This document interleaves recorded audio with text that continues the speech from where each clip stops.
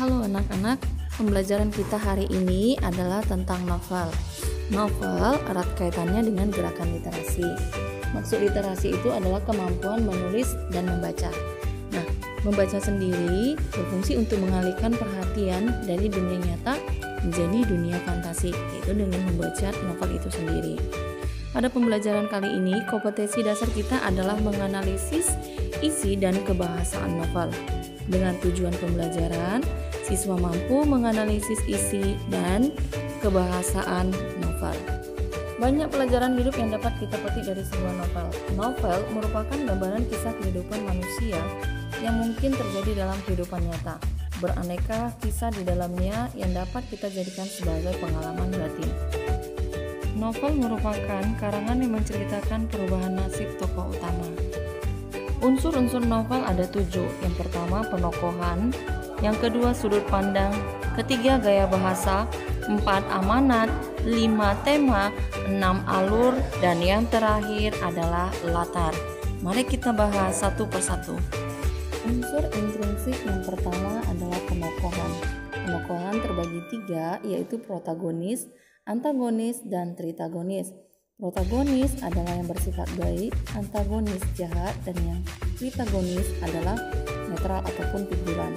Yang kedua sudut pandang atau point of view. Sudut pandang terbagi atas 2, orang pertama dan orang ketiga. Orang pertama berada di dalam cerita, orang ketiga berada di luar cerita. Nah, orang pertama kita bagi 2, yaitu orang pertama pelaku utama dan orang pertama pelaku sampingan. Orang pertama pelaku utama ditandai dengan kata aku, ku, dan saya. Orang pertama pelaku sampingan ditandai kata kami dan kita. Selanjutnya orang ketiga terbagi atas 2 bagian, pelaku utama dan serba tahu atau pengamat. Orang ketiga pelaku utama ditandai dengan kata dia, beliau, mereka, ataupun nama orang. Sementara untuk yang serba tahu ditandai dengan nama orang. Nah, perbedaannya pada serba tahu ditandai dengan karakteristik tokoh atau ucapan batinnya. Unsur intrinsik yang ketiga adalah gaya bahasa, terdiri dari majas, ungkapan, ataupun peribahasa. Kemudian amanat. Amanat merupakan pesan yang ingin disampaikan oleh pengarang kepada pembaca. Pesannya ini bersifat positif. Kemudian ada tema. Tema merupakan adalah hal yang mendasari sebuah cerita. Tema berbeda dengan judul ya. Tema hadir sebelum cerita ada, sementara judul setelah cerita tersebut selesai.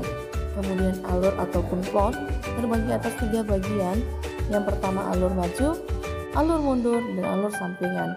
Dan yang terakhir latar atau setting. Terbagi atas 3, waktu, tempat, dan suasana. Waktu ditandai dengan kata tanya kapan, tempat kata tanya gimana, suasana dengan kata tanya bagaimana. Unsur yang kedua adalah unsur ekstrinsik.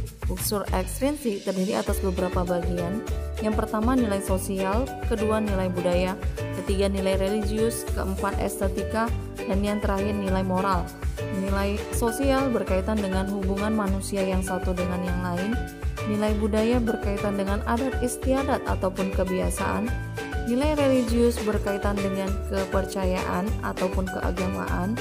Nilai estetika berkaitan dengan keindahan. Dan yang terakhir nilai moral berkaitan dengan perbuatan baik dan buruk.